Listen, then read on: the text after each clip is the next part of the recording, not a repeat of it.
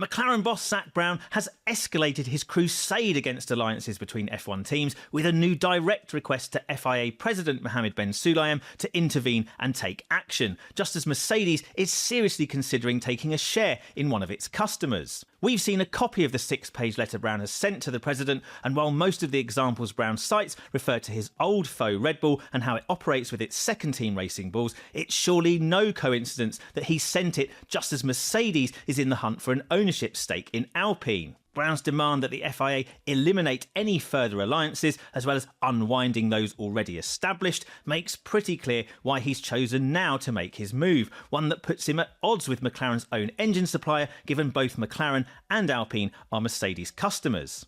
If hearing Brown raging against team alliances gives you a sense of déjà vu, that's understandable. He's been very vocal on the topic for a while now and has been at the forefront, of course, to stamp out multi-team ownership in F1. He gave notice a few weeks ago that it was back on his radar and dropped a big hint about why. While being very careful not to openly say the words Mercedes and Alpine, he said during an April media session at McLaren HQ that adding another team alliance like the Red Bull Racing Bulls situation would be a mistake for the sport. Now Brown's followed it up in writing, the core point of which is to ask for direct discussions with Ben Sulayem over what's often called the A and B team system, and to let the FIA know that McLaren has started work on its own suggestions for potential rule changes, just in case the President wants any ideas. And it does sound like Ben Sulayem might be a sympathetic audience, if perhaps not in a hurry to make changes. He said at the recent Miami Grand Prix that, in his personal view, any single organisation owning two F1 teams was not the right way, but that it was a complicated area to tackle. Much of Brown's latest letter reiterates the points he's made in his many diatribes against common ownership over recent years, such as in a 2024 pre-season press conference in which he was placed with then Red Bull boss Christian Horner and then Racing Bulls boss Laurent Mekies at the height of the first round of the row, and we jumped on the chance to make them argue it all out in public. Brown's case is that with F1 in such rude financial health and with such close competition between teams, there's no need for any organisation to own more than a single team, and there are too many murky benefits, more on those in a moment, from doing so that aren't open to teams that don't have such alliances. Red Bull's retort is F1 would have lost the then Minardi team if Red Bull hadn't rescued it and created what started life as Toro Rosso 20 years ago, and that it then propped up two teams through a financial crisis as manufacturers deserted F1 and later through COVID as well. So why should it be forced to get rid of its second team when, as far as Red Bull's concerned, it's made a massive contribution to F1 by subsidising two teams for 2 decades, and it's adamant it's operating within the rules. But it's possible to agree that it would be unfair to compel Red Bull to offload Racing Bulls, and that it's unfair for any single entity to own two teams, especially given the amount of potential grey areas that opens up in a cost cap era.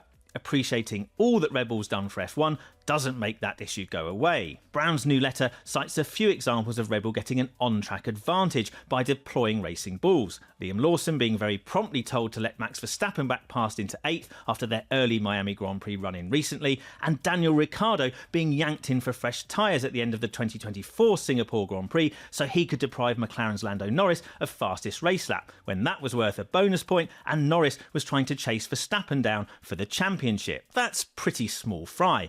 Points Brown raises about the potential gains from shared resources, such as wind tunnels and software, that imply finding ways around the cost cap and development restrictions, are bigger deals, but also ground he's been over plenty of times before. This video is presented by Attio, the AI CRM for high-growth teams. In motorsport, the team with the best data wins. Every lap, every corner, every pit stop decision comes down to how fast you can read the situation and act on it.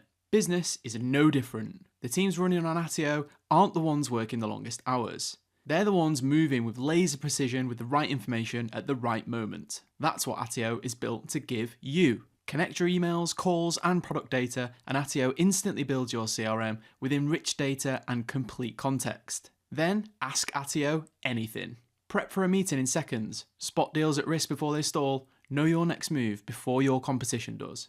Powered by Universal Context, Attio's intelligence layer, every customer signal is connected and instantly actionable. The race doesn't slow down, neither should your CRM. As a viewer of this video, you can claim a 14-day free trial with Attio, so now is an excellent time to up your CRM game with no strings attached. Redeem the offer for free at attio.com/race. Ask more from CRM. Ask Attio.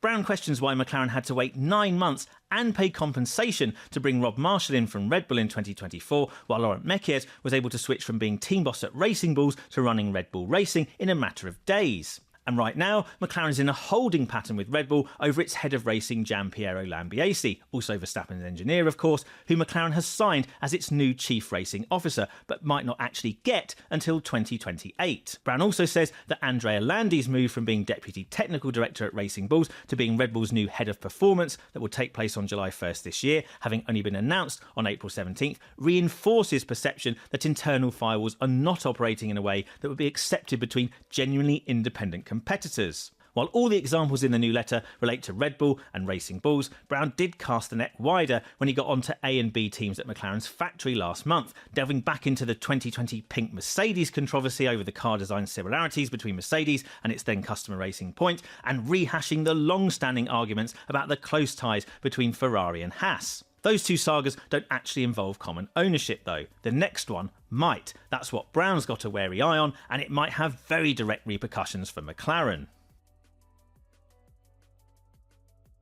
Alpine's minority shareholder Otro Capital, with its influential celebrity backers including actors Ryan Reynolds and Michael B. Jordan, feels the time is right to offload its 24% stake, given current valuations place F1 teams as being worth upwards of $1 billion. Ironically, Horner's in the mix here as the highest profile name initially linked to a deal, but it emerged at the start of the 2026 season that the Mercedes team itself is an interested party too.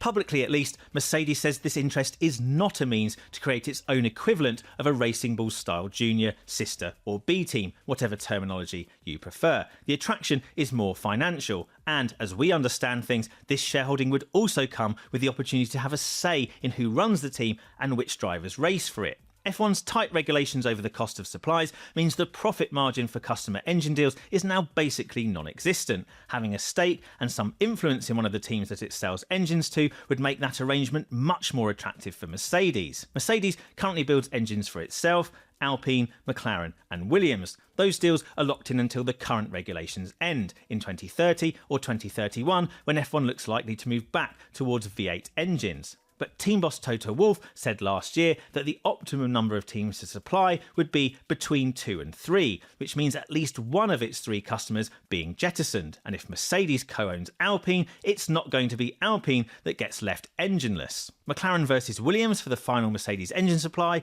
or even both dropped, given Wolff alluded to Mercedes having just 2 teams. McLaren started 2026 frowning a little at what Mercedes was doing with engine deployment that McLaren initially couldn't get its head around. The factory team having tighter ties with a rival Mercedes customer wouldn't go down well. There would be some raised eyebrows at McLaren if Alpine had a better handle on Mercedes deployment strategies than McLaren did. And if Mercedes co-owns Alpine, Red Bull owns Racing Bulls, and Ferrari has its tight ties with Haas, suddenly McLaren looks very conspicuously isolated among F1's big 4 in not having a sibling team to lean on in whatever way. So while this fresh move might feel like part 689 of Brown raging about AB team arrangements, it's very easy to understand why the Mercedes-Alpine manoeuvres have suddenly made McLaren want to urgently get this matter high up on the FIA's agenda. Talk of Red Bull being strongly encouraged by F1 to find a way to offload Racing Bulls has recently gone quiet, while moves last summer to enshrine tighter safeguards over inter-team collaborations in the 2026 regulations